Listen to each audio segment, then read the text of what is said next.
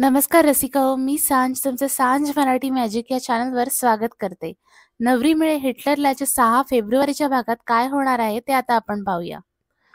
तर एपिसोडची सुरुवात अशी होते की दुर्गा, लक्ष्मी, सरस्वती त्यांच्या भरलेल्या बॅगा घेऊन जिन्यावरून घराच्या उतरत असतात आणि खाली आल्यावर त्या लीलाला बघतात आणि लीलाला म्हणतात, आनंद होत असेल ना आज?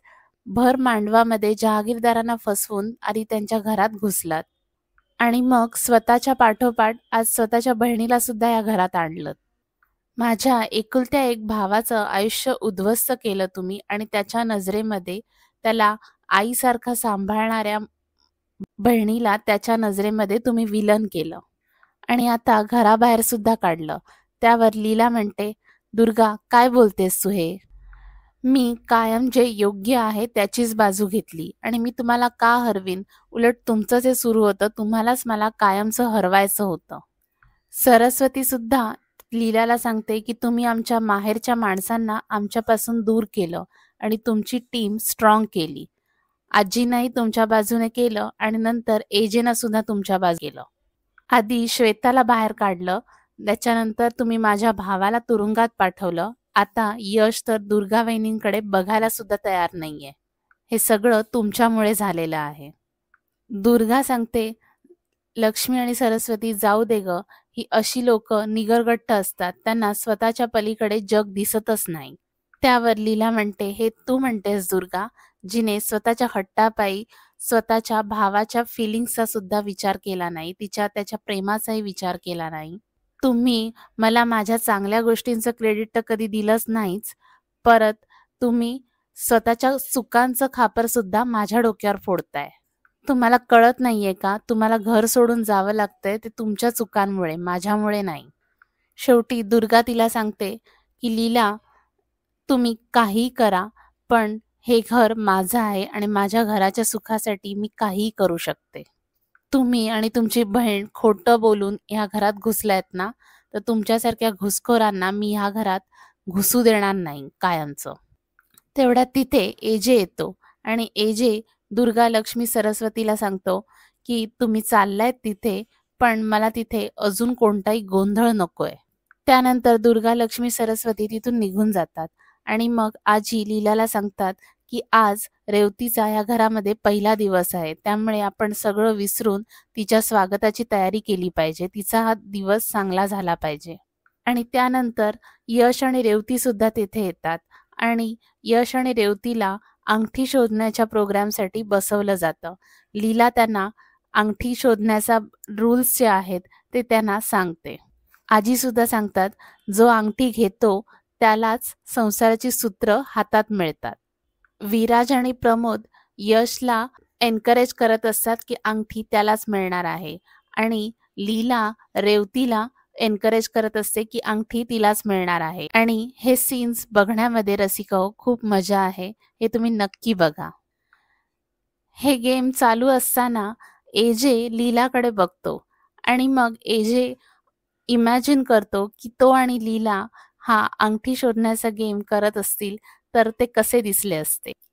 आणि एजे त्याच स्वप्नात असतो आणि तो लीलाचा हात पकडून राहतो आणि नंतर लीला त्याला विचारते, एजे काय झालं? आणि तेव्हा एजे स्वप्नातून बाहेर येतो आणि त्याला कळतं की अंगठीचा प्रोग्राम त्याचा नाही, यश आणि रेवतीचा चालू आहे. आणि तेवढ्यातच रेवती अंगठी मिळवते आणि सगळे तेवढ्यात लीला आणि एजेला बघत असतात. एजेने लीलाचा हात घट्ट पकडलेला असतो आणि लीला एजेना सांगत असते, एजे हात सोडा. लीला एजेना सांगते, एजे सगळे बघतायत, सोडा ना हात. आणि एजेचं लक्ष डायव्हर्ट होण्यासाठी रेवती जोरात ओरडून सांगते, एजे बघितलं का, अंगठी मिळाली मला. आणि मग एजे स्वतःचा हात पकडण्याचा प्रोग्राम सगळ्यांच्या समोर न येण्यासाठी लीलाला सांगतो, लीला हाताची भांगडी फुटलेली आहे, काळजी घे, आणि म्हणून मी तुझा हात पकडला होता. पण सगळ्यांना ते समजतं आणि आजी एजे आणि लीलाकडे बघून मिस्किल हसत असतात. इथे दुर्गा, लक्ष्मी, सरस्वती लीलाच्या घरी येतात आणि कालिंदी दुर्गा, लक्ष्मी, सरस्वतीला म्हणते, तुमचीच वाट बघत होते, मला वाटलं घरी गेल्यावर तुमचा विचार बदलला की काय. त्यावर दुर्गा चिडून म्हणते, तुमच्या घरात जर मला एखादी खोली मिळाली ना तर बरं होईल, मला सामान ठेवायचंय. त्यावर कालिंदी म्हणते, हो हो, लग्नात केवढी धावपळ झाली ना तुमची, दिसलं ते सगळं मला. मोहिते दुर्गा लक्ष्मी सरस्वतीची बॅग घेऊन आत नेण्याचा प्रयत्न करत असतात. त्यावर कालिंदी सांगते, काही गरज नाहीये, इथपर्यंत त्या बॅग घेऊन आल्यात ना, अजून 2 पावलं पुढे सुद्धा आत बॅग घेऊन येतील.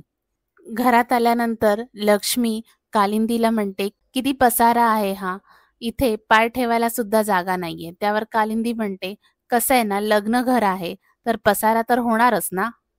त्यावर कालिंदी म्हणते, घाबरू नका, उद्या ना हा सगळा पसारा गायब होणार आहे. तर सरस्वती म्हणते, गायब होणार आहे कसा? त्यावर कालिंदी म्हणते, घाबरू नका, तुम्ही आहात ना, तुम्ही हा सगळा पसारा सकाळी आवरणार आहात. त्यावर दुर्गा म्हणते, आम्ही आम्ही हे सगळं आवरायचं आहे. त्यावर मोहिते कालिंदीला म्हणतात, अगं तू काय करते, तास आल्यात, त्यांना चहा कॉफी वगैरे तरी द्यायला पाहिजे ना. तर कालिंदी म्हणते, नाही नाही, ते काय चहा कॉफी प्यायला थोडी आलेले आहेत, आणि असंही आवरायचं आहे ते काय उद्याही करू शकतात ते. कालिंदी म्हणते, हो ना, मी एवढीही वाईट नाहीये की तुम्हाला आत्ताच कामाला लावेन, तुम्ही आता आराम करा. त्यावर सरस्वती विचारते, आणि हा आराम कुठे करायचा आहे? त्यावर कालिंदी म्हणते, तेच मी विचार करत होती, तुमच्या झोपण्याची सोय कुठे करायची? तर वरांड्यामध्ये झोपा, वरांडा आमचा खूप मोठा आहे, छान गार गार वारा आहे, तुम्हाला छान झोप लागेल. हे ऐकताच दुर्गा लक्ष्मी सरस्वती शॉक होतात आणि म्हणतात, काय, वरांड्यात झोपणार? कालिंदी म्हणते, तुम्ही ना अशी रात्र आयुष्यात कधीच अनुभवली नसेल, आज इथे ही रात्र अनुभवा, तुम्हाला खूप मजा येईल. त्यावर दुर्गा कालिंदीला म्हणते, आमच्या अंगावर दागिने आहेत, महागड्या साड्या आहेत, आम्ही असे उघड्यावर झोपू शकत नाही, एवढं नक्कीच तुम्हाला कळत असेल. त्यावर कालिंदी म्हणते, उपाय आहे, आणि ती साड्या घेऊन येते आणि अशा साध्याशा साड्या त्यांना देते.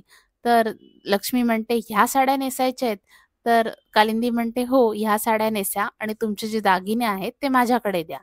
त्यावर तिघी शॉक होतात आणि म्हणतात, काय?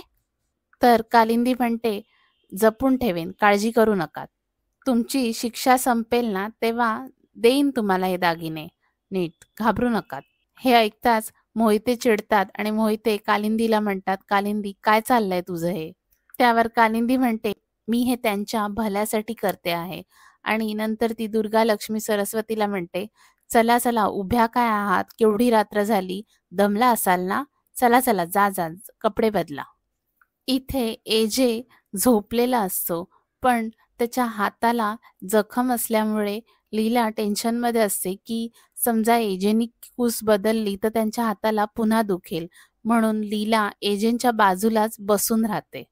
आणि एजेना ते माहिती सुद्धा नसतं, एजे गाढ झोपेत असतो. इथे दुर्गा लक्ष्मी सरस्वती वरांड्यात झोपलेल्या असतात आणि त्यांना खूप मच्छर चावत असतात. सरस्वती म्हणते, वहिनी, इथे किती मच्छर आहेत, आपलं कसं होणार? लक्ष्मी सुद्धा दुर्गाला म्हणते, वहिनी, काही करून ना आपण ना या बाईच्या कचाट्यातून सुटायला हवं. एजेनी भर लग्नामध्ये हिची बाजू घेतली, त्यामुळे ही जास्तीच शेफारली आहे. त्यावर दुर्गा म्हणते, पण इथे राहण्या वाचून आपल्याकडे ऑप्शन नाहीये. दुर्गा म्हणते, एजेनी शिक्षा दिली आपल्याला, ती आपल्याला पूर्ण करायचीच आहे. तर सरस्वती म्हणते, वहिनी, म्हणून काय या बाईचं ऐकायचं आपण? तर दुर्गा म्हणते, हो, त्या मूर्ख बाईचं सगळं आपण ऐकायचं आहे. तिने आपल्याला ह्या साड्या नेसवल्या, बाहेर झोपवलं, आपले दागिने घेतले, हे सगळं आपण सहन करायचंय. पण काळजी करू नका तुम्ही, हे सगळं मी लक्षात ठेवते, या सगळ्याचा मी हिशोब घेणार आहे. तिला या सगळ्याची किंमत चुकवावी लागणार आहे. नाही या कालिंदीला रस्त्यावर आणलं ना तर नावाची दुर्गा जहागीरदार नाही. इथे मध्यरात्र झालेली असते, लीलाला खूप झोप येत असते. मग शेवटी लीला सुद्धा बसल्या बसल्याच एजेच्या बाजूला झोपते. आणि इथेच हा एपिसोड संपतो. नवरी मिळे हिटलरलाच्या उद्याच्या भागात काय होणार आहे हे जाणून घेण्यासाठी चॅनलला सबस्क्राईब नक्की करा. लवकरच भेटूया एका नव्या व्हिडिओमध्ये. तोपर्यंत मी सांज तुमची रजा घेते. बाय.